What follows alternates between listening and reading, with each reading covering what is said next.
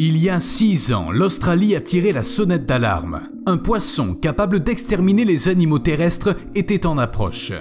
Les scientifiques locaux prédisaient que cela pourrait bouleverser l'équilibre et changer l'écosystème du continent pour toujours. Des dizaines d'espèces n'auraient aucune chance de survie. Comment un petit poisson pourrait-il avoir un tel effet? Eh bien, on va regarder ça. Vous savez probablement qu'il y a de nombreuses années, les poissons sont sortis de l'eau et se sont retrouvés sur la terre ferme. Mais à cette époque, ils ressemblaient à ça. Ou un truc du genre. À l'époque, l'eau était trop encombrée et il n'y avait plus assez d'oxygène pour tout le monde. Il n'y avait pas de prédateurs sur la terre ferme, seulement des insectes un peu partout. Alors les poissons ont développé des pattes et des poumons et sont devenus des amphibiens.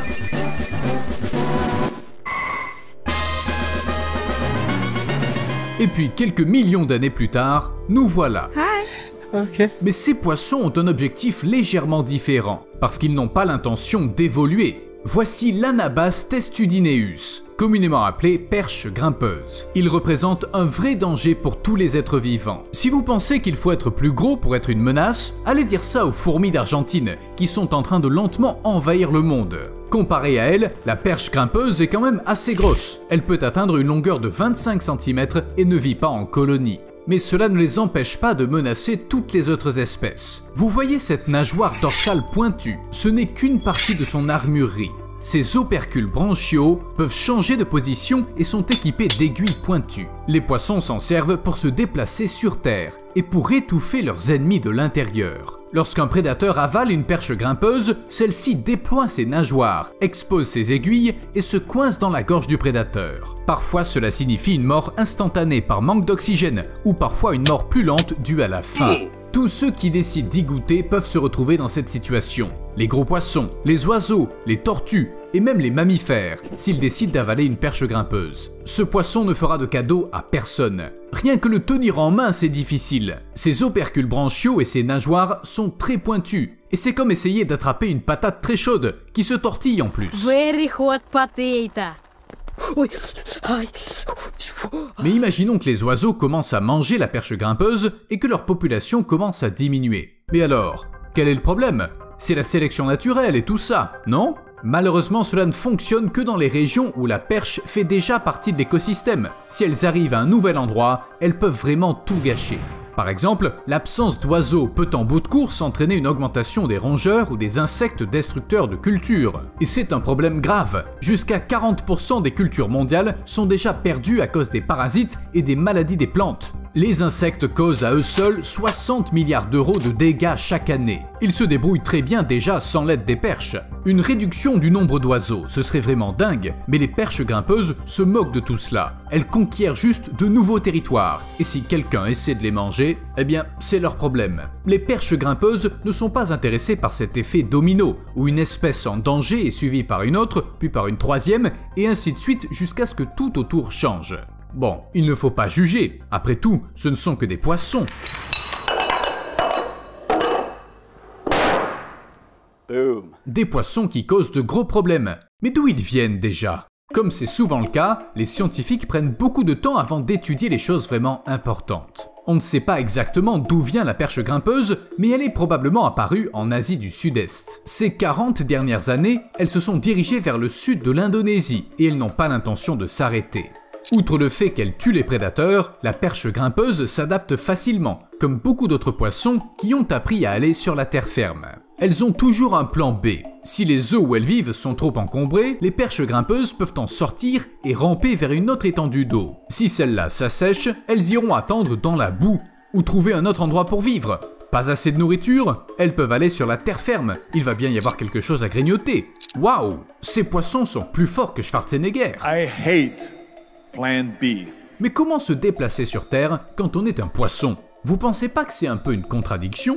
Les perches grimpeuses l'ont compris et ont développé un organe spécial pour respirer sur Terre. Elle retient un peu d'eau et hydrate ses branchies, ce qui permet aux poissons de vivre sans eau pendant des jours. Mais la perche grimpeuse a besoin de garder tout son corps humide pour se sentir bien, et le poisson préfère donc se déplacer la nuit ou tôt le matin quand il y a encore de la rosée. Wow, wow, wow! Mais elles peuvent quand même pas aller d'Inde en Australie juste en surfant sur la rosée. Après tout, il y a des mers, différents détroits, de longue distance. Alors les perches grimpeuses font du stop.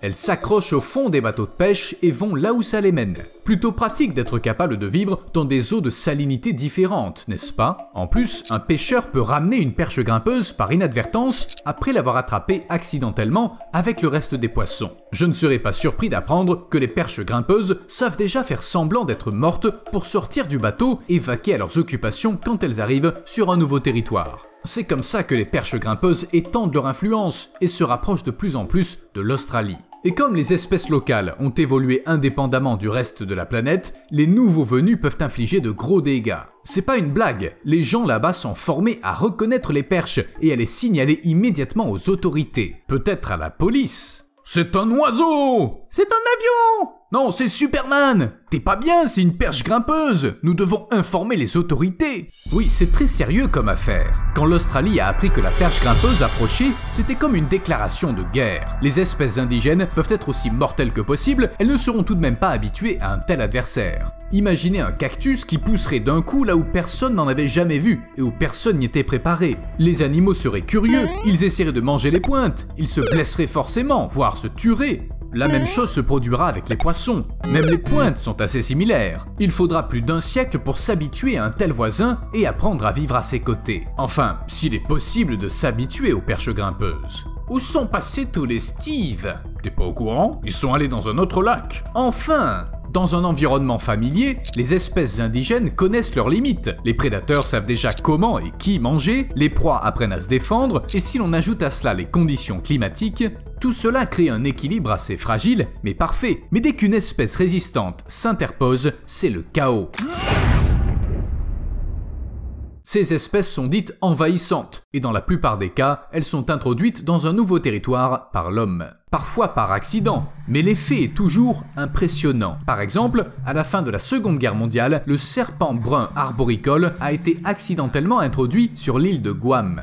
Peut-être que le serpent se trouvait dans la cargaison, ou alors il s'est faufilé dans le train d'atterrissage et s'est retrouvé au paradis. Il n'y avait presque aucun prédateur naturel pour le serpent à Guam, mais il y avait de nombreuses proies qui n'étaient pas habituées à être chassées.